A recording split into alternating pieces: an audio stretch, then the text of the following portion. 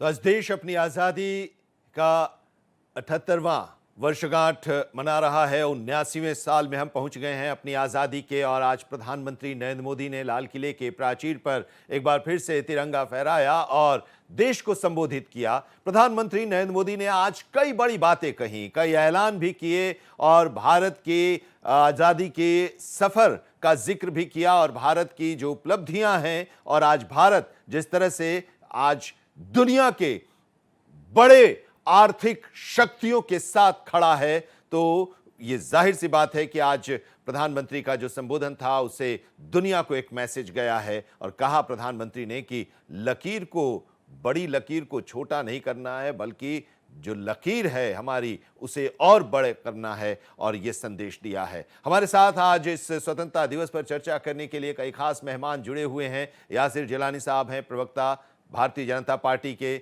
सरिता सिंह जी हैं, राजनीतिक विश्लेषक, हमारे साथ जुड़ी हैं, बहुत बहुत स्वागत है आपका। स्वाति तिवारी जी भी हमारे साथ जुड़ी हुई हैं, राजनीतिक विश्लेषक, बहुत बहुत स्वागत है स्वाति जी आपका। ब्रिगेडियर शरदेंदु जी हमारे साथ जुड़े हुए हैं, बहुत स्वागत है। और साथ ही हमारे साथ यश श्रीवास्तव भी, कांग्रेस के प्रवक्ता, जुड़े हुए हैं।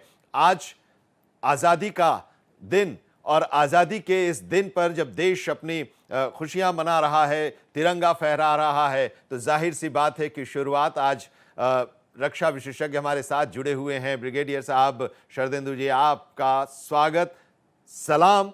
और आज क्या आप कहेंगे 15 अगस्त स्वतंत्रता दिवस के इस मौके पर?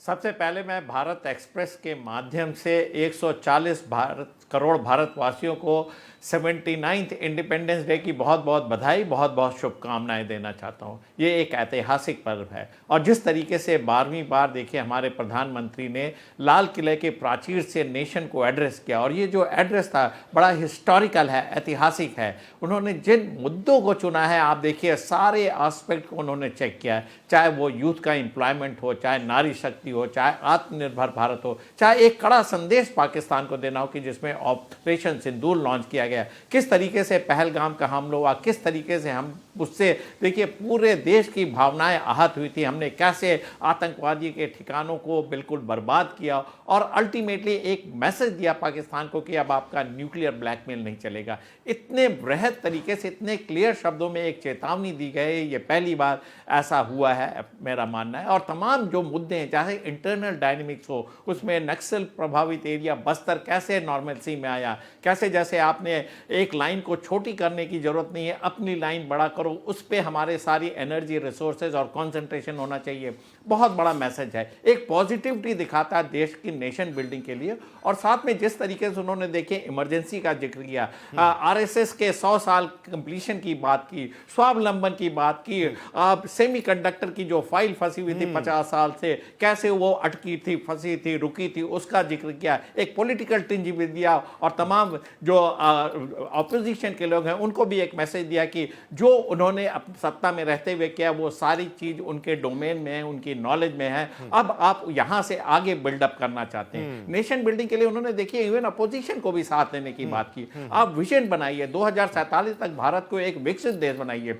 बहुत ही वाइड तरीके से हर एस्पेक्ट को उन्होंने टच किया, ये काबिल तारीफ है। एक तरफ उन्होंने यूथ के एम्प्लॉयमेंट की बात की, दूसरी तरफ उन्होंने एमएसएमई और स्टार्टअप को बढ़ावा देने की बात की, और साथ में ये भी बोला कि देखिए अब समय आ गया, जेट इंजन हिंदुस्तान में बनना चाहिए। डिफेंस प्रोडक्शन की बात की, जब डिफेंस प्रोडक्शन आपका बढ़ेगा, एक्सपोर्ट बढ़ेगा, तो एक तरीके की प्रॉस्पेरिटी आएगी। और साथ में एक इकोनॉमिक पावर जो हिंदुस्तान को बनना है, किस तरीके से इमर्ज होकर आना, उसके बारे में बात की। तो मेरा मानना है कि सारे एस्पेक्ट को उन्होंने टच किया है। और साथ में आपदाओं से झेलने के लिए उन्होंने, जब फ्लैश फ्लड आए, जहां भूस्खलन हुआ, किस तत्परता के साथ हमारी एनडीआरएफ टीम ने रिलीफ वर्क हुआ, उसका उन्होंने प्रशंसा। और साथ में जो ऑपरेशन सिंदूर के लड़ाके थे, उनको जो सैल्यूट किया, ये दिखाता है कि उनका जज्बा देखिए भारत के लिए है, और उनपे जो जोश था। जब प्रधानमंत्री इतने जोशीले भाषण देते हैं, इतने मोटिवेटेड रहते हैं और अपने आप को 24 घंटे देश में समर्पित करते हैं, तो एक जज्बा क्रिएट करते हैं भारतवासियों के लिए, नागरिकों के लिए। और 140 करोड़ भारतवासियों की स्ट्रेंथ का उन्होंने इजाफा दिया, और डेफिनेटली बाय 2047 तक हिंदुस्तान एक प्रगति वाला देश, पूरी तरीके से डेवलप नेशन बन जाएगा, ऐसे हम सब लोगों ने सोचा है और आज की डेट में सबने कमर कसी है। हाँ, एक चीज मैं बिल्कुल। और अब बोलना चाहूंगा, आपने पूरा देखिए उन्होंने प्रधानमंत्री का जिक्र जो किया आज था का कि भाषण जितने- रहा उसका एक समप आपने दिया। सरिता सिंह जी भी हमारे साथ जुड़ी हुई हैं, राजनीतिक विश्लेषक। सरिता जी, प्रधानमंत्री नरेंद्र मोदी ने आज कई बातें की, आज ऐलान भी किया, दो बड़े ऐलान भी किया, जीएसटी के रिव्यू को लेकर और रोजगार को लेकर भी ऐलान किया, और प्रगति पर भारत 2047 तक कैसे विकसित राष्ट्र के तौर पर अपने को स्थापित कर सकता है, इसका एक रोड मैप भी अपने आज के इस संबोधन के जरिए सामने रखा। देखिए, सबसे पहले तो उन तमाम देशवासियों को स्वतंत्रता की हार्दिक शुभकामनाएं देती हूँ और साथ ही उन तमाम सैनिक जो हैं और जितने भी शहीद हैं उन सबको मेरा प्रणाम। और आगे जो प्रधानमंत्री जी का भाषण है वो अच्छा लगा सुन के कि वो देश के बारे में बात किए, साथ ही ऑपरेशन सिंदूर के बारे में बात किए। हमारा सौभाग्य है कि हम इस बढ़ते देश, संपन्न देश में आज़ादी की श्वास ले रहे हैं। और आज प्रधानमंत्री के लिए बहुत ही बड़ा दिन था, क्योंकि आज नेहरू जी के बाद 12वीं बार जो है उनको लाल किले पे झंडा फहराने का मौका मिला है और ये उनके लिए बहुत ही यादगार का दिन है। आज तक प्रधानमंत्री 11-12 साल में बहुत ही ऐसे अच्छे काम किए हैं जो सराहनीय हैं और जिन्हें आगे भी याद किया जाएगा। जैसे कि उन्होंने धारा 370 हटाया, उसके बाद 3 तलाक पे उन्होंने काम किया, ये भी बहुत अच्छा है कि महिलाओं को 3 तलाक से आज़ादी मिली है, जो फटाक से महिलाएं इससे जूझ रही थी। तो बहुत सारे अच्छे काम किए हैं, लेकिन वहीं पे हम ये भी नहीं भूल सकते हैं कि उन्हीं के कार्यकाल में गरीबी जो है वो चरम सीमा पे है, ये किसी से छुपा हुआ नहीं है। जहां तक उन्होंने कहा है कि हवाई चप्पल वाले भी हवाई जहाज में चढ़ेंगे, वहीं पे किसानों की आय दुगनी होगी, तो ये सब चीजों पे उन्हें काम करने की जरूरत है। किसानों की आय दुगनी अभी तक नहीं हुई है।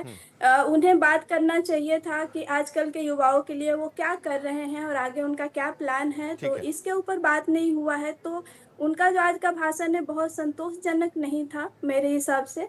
तो देश के लिए उन्हें भी बहुत कुछ सोचना है। हाँ। और उन्हीं के कार्यकाल में आप देखेंगे तो ठीक है। SIR यश श्रीवास्तव जी, कांग्रेस के प्रवक्ता भी हमारे साथ जुड़े हुए हैं। यश जी, आज प्रधानमंत्री ने ऐसा लगता है कि 2047 का जो रोड मैप है वो सामने रख दिया है, एक विकसित भारत का। प्रधानमंत्री जी की इच्छा है, वो चाहे तो 3047 का भी रोड मैप सामने रखते हैं, लेकिन फर्क सिर्फ इस बात से पड़ता है कि उसमें एग्जीक्यूशन यानी कि क्रियान्वयन कितना हुआ। वो दो जो अभी विश्लेषक महोदया भी कह रही थी कि जो पहले वादे किए थे वो तो पूरे कर लें पहले, ये जुमलेबाजी कब तक सुने, अब हो गया। वैसे भी अभी वोट चोरी का जो खुलासा हुआ है, पता नहीं वो असली में सांसद ही जीते हैं नहीं जीते हैं, वो भी एक सवाल है। तो देश को आजादी की बधाई। हमें 78 वर्ष पूरे हो चुके हैं, 79वां शुरू हो गया है। और इसी मौके पर हमें यह भी याद रखना चाहिए कि ये संविधान जो हमें आजाद भारत में मिला है, जो हमें हमारे अधिकार और जिम्मेदारियां देता है, वो हमें सबसे पहले सवाल और मताधिकार का हमें देता है अधिकार। और उसके हिसाब से हमें इस देश में एक सच बोलने वाली सरकार को मांगने का पूरा हक है। हम पूरे देश को बधाई देते हैं स्वतंत्रता दिवस की, और हम ये उम्मीद करते हैं कि देश जल्दी ही उस सच्ची स्वतंत्रता को जरूर देखेगा जिसकी उम्मीद करके हमारे पुरखों ने इस देश की नींव रखी। जिलानी साहब भी हमारे साथ जुड़ गए हैं, भारतीय जनता पार्टी के प्रवक्ता हैं। यासिर जिलानी साहब, स्वागत है आपका। आज प्रधानमंत्री का जो भाषण रहा उससे आप समझ रहे हैं कि वो रोड मैप है 2047 का, हालांकि यश जी कह रहे हैं कि वो 3047 का भी रोड मैप दे सकते हैं, लेकिन उसे लागू करना एक चुनौती है। देखिए, आज स्वतंत्रता दिवस है और कड़वी बात मैं करूंगा नहीं। मुझे लगता है कि कांग्रेस के बड़बोलापन की वजह से, उनके प्रवक्ताओं के, उनके नेताओं की, आज कांग्रेस की ये हालत है। आज जब प्रधानमंत्री ने अपने भाषण की शुरुआत लाल किले के प्राचीर से करी तो उन्होंने नेहरू का भी नाम लिया और उन्होंने बाबा साहब भीमराव अंबेडकर को भी याद। ये प्रधानमंत्री का विजन है। बहुत लाउड और क्रिस्टल सारी बातें उन्होंने करी। उन्होंने कहा, उन्होंने देश के नागरिकों के हित की भी बात सामने रखी और जो दुनिया के देश हैं उनको मैसेज भी दिया, और जो सामने हमारा देश छिप के बार बार गद्दारी के साथ लड़ता है उसको भी क्लियर मैसेज था। खून और पानी साथ साथ नहीं बहेंगे। सिंधु समझौता राष्ट्र हित में हमें मंजूर नहीं है, क्लियर है। ये कांग्रेस के लोगों को समझ में नहीं आएगा कि जब प्रधानमंत्री जो कहते हैं वो करते हैं। ऑपरेशन सिंदूर 140 करोड़ देशवासियों के आक्रोश की अभिव्यक्ति है। इसको कांग्रेस के लोग नहीं समझेंगे, लेकिन फिर भी हम 140 करोड़ भारतीयों की बात यहाँ करते हैं। ये प्रधानमंत्री ने लाल किले के प्राचीर से कहा है।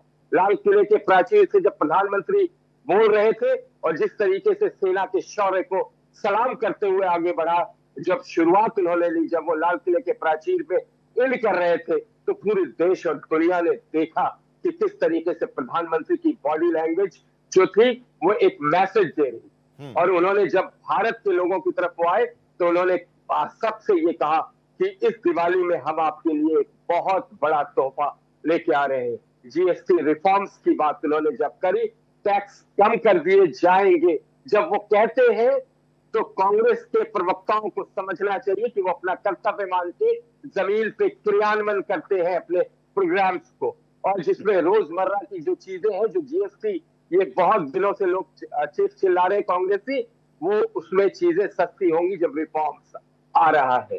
देश के नौजवानों के लिए उन्होंने एक और संदेश दिया कि हम 15 अगस्त के ही दिन देश के युवाओं के लिए 1 लाख करोड़ रुपए की प्रधानमंत्री विकसित भारत रोजगार योजना का शुभारंभ कर रहे हैं। इसको कांग्रेसी समझेंगे, समझ भी रहे हैं, और उन्हें ये एहसास है कि इस तरह के कार्यक्रम प्रधानमंत्री करते हैं और जो कहते हैं वो करते हैं। 3.5 करोड़ युवाओं को इस प्रोग्राम के तहत रोजगार मिलेगा। ये प्राचीर से बोल रहे थे। मुस्कुराने से होगा कुछ नहीं यश जी, ये ध्यान रखिएगा। भारत देख रहा है और भारत आपको भी किस तरीके से पिछले 12 साल से बेरोजगार बना रखा है, ये देश देख रहा है। भारत के जब वो मूल जो ताकत है, हमारे किसान, पशुपालक, मछुआरे, उनसे जुड़ी जब बात करते हैं तो वो क्रियान्वयन करने के लिए करते हैं। अहितकारी नीति के आगे मोदी दीवार बन के ठीक है, आपके पास आते हैं, लेकिन जरा स्वाति तिवारी भी राजनीतिक विश्लेषक हमारे साथ जुड़ी हुई हैं। स्वाति जी, प्रधानमंत्री ने आज लाल किले के प्राचीर से जो संबोधन दिया उसमें उन्होंने वो लकीर की बात तो कही ही, लेकिन साथ ही कुछ लोग जो सुनना चाहते थे, सुनना ये भी चाह रहे थे कि ऑपरेशन सिंदूर को लेकर पाकिस्तान को क्या कहा जा रहा है, और साथ ही जो आजकल ट्रंप की बात आज चल रही है उसको लेकर, जो व्यापार की बात चल रही है उसको लेकर वो क्या कहेंगे आज के लाल किले के प्राचीर से अपने संबोधन में। तो सीधे तौर पर उन्होंने ट्रंप को भी, अमेरिका को भी ये दे दिया है कि टेरर के आगे हम झुकने वाले नहीं हैं और परमाणु बम की धमकी के आगे भी हम झुकने वाले नहीं हैं। बिल्कुल। सबसे पहले तो आपके तमाम दर्शकों को स्वाधीनता दिवस की बहुत बहुत शुभकामनाएं और बधाई। और आज का जो संबोधन प्रधानमंत्री जी का लाल किले के प्राचीर से रहा है वो बहुत ही संतुलित, एक भविष्य दृष्टा की तरह जो भी प्लानिंग्स या जो देश को विकसित करने के लिए सरकार सोच रही है या जिस दिशा में जैसे कदम बढ़ाना चाहती है उसका बिल्कुल एक खाका खींचने का प्रयास किया है। रही बात विशेष रूप से पाकिस्तान की और अमेरिका की, तो प्रधानमंत्री जी ने हर बार की तरह इस बार भी बहुत स्पष्ट संदेश दिया है कि आप आतंक के साथ, भारत के साथ मित्रवत व्यवहार की कल्पना नहीं कर सकते हैं, ये नहीं हो सकता है। आप चाहेंगे कि खून और पानी एक साथ बहे तो यह असंभव है। और टैरिफ वॉर जो आजकल अमेरिका जो है वो सिर्फ भारत के लिए ही नहीं पूरे विश्व के लिए एक खौफ बन करके उभर रहा है, मैं खौफ भी नहीं बोलूंगी, मैं बोलूंगी कि एक ब्लैकमेलर की तरह जो उभर रहे हैं अमेरिका, उसको भी लेकर के बहुत स्पष्ट और कड़ा संदेश दिया है। इन सब के अलावा मुझे लगता है कि प्रधानमंत्री जी ने जो आत्मनिर्भर भारत की एक स्पष्ट बुनियाद और जिस बुलंदी के साथ सरकार इस दिशा में काम कर रही है उसके साथ विभिन्न आयामों को आप देख लीजिए। आप स्पेस से लेकर के ऊर्जा क्षेत्र में जो उन्होंने कहा कि हम 50% तक स्वच्छ ऊर्जा का जो हमारा टारगेट था हमने पा लिया है। और लेकिन हम एक उस सवाल दिशा ये भी में है स्वाति जी निरंतर बढ़ रहे हैं। कि ये सारी बातें आप कह रही हैं, प्रधानमंत्री ने जो आज बात कही, इस पर यश जी को या सरिता जी को संदेह है। जी, बहुत बहुत सही प्रश्न किया। जो सरकार, जो पार्टी 4 पीढ़ियों से भारत में गरीबी हटाओ का नारा लगा रही है, 4 पीढ़ी हो गए, उस पीढ़ी, उस पार्टी को, उन सरकार में रहे लोगों को तो बिल्कुल कष्ट होगा जब वर्ल्ड बैंक बताता है कि सिर्फ 10 साल में मोदी सरकार ने 25 करोड़ से ज्यादा लोगों को गरीबी रेखा से बाहर किया। जब वर्ल्ड बैंक और जब देश की तमाम संस्थाएं ये आंकड़े देती हैं कि 2023-24 में सिर्फ 23-24 एक साल का आंकड़ा दे रही हूँ, पीएफ अकाउंट खुले हैं 14.5 करोड़। और पीएफ अकाउंट ऐसे ही कोई अकाउंट नहीं होता है जो मन मर्जी चाहे वो जा करके खोल ले। ये रोजगार का एक बहुत स्पष्ट आईना होता है। तो उन लोगों को तो बिल्कुल कष्ट होगा ये देखते हुए, क्योंकि कष्ट तो वास्तव में ये है कि ये अभी तक समझ नहीं पा रहे हैं कि देश की जनता, जिन्होंने आजादी के समय से लेकर के 6 दशक तक लगातार 6-6.5 दशकों तक जिन्हें अपने सर माथे पे बिठाया, वो आज उनसे पल्ला झटकते हुए क्यों नजर आ रही है। इनको ये समझना होगा कि इसका जवाब ले लेते हैं जरा यश जी से। यश जी, क्यों संदेह है? जी बिल्कुल, जो राजनीति है वो राजनीति अब भारत की जनता नहीं लेगी। जी जल्दी से एक लाइन में। आनंद जी दो जवाब है। स्वाति जी ही है ना? हाँ, स्वाति जी है। स्वाति जी जो इतनी जोर से चिल्ला रही हैं, तो उनको मैं बता देता हूं कि जनता का जो रुझान है जिसकी आप बात कर रही हैं, उसी का खुलासा अभी पिछले 8-10 दिन से चल रहा है। थोड़ा न्यूज देखिए।